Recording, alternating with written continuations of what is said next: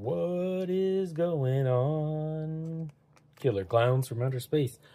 We are going for the no duplicate opening because we have now 2 duplicates and we are getting a little low on our blind bags. So we are trying to get the set. Of course, we still need the popcorn, the movie poster, Shorty, the big top spaceship. I'm assuming that's Clownzilla and Bibbo. So we did get this Chase exclusive B, and that is our little sheriff here. I wouldn't mind another one of those, of course, because we could trade that for one we're missing. So go ahead, hit that thumbs up, and let's jump in. Oh no, no, oh no, oh no.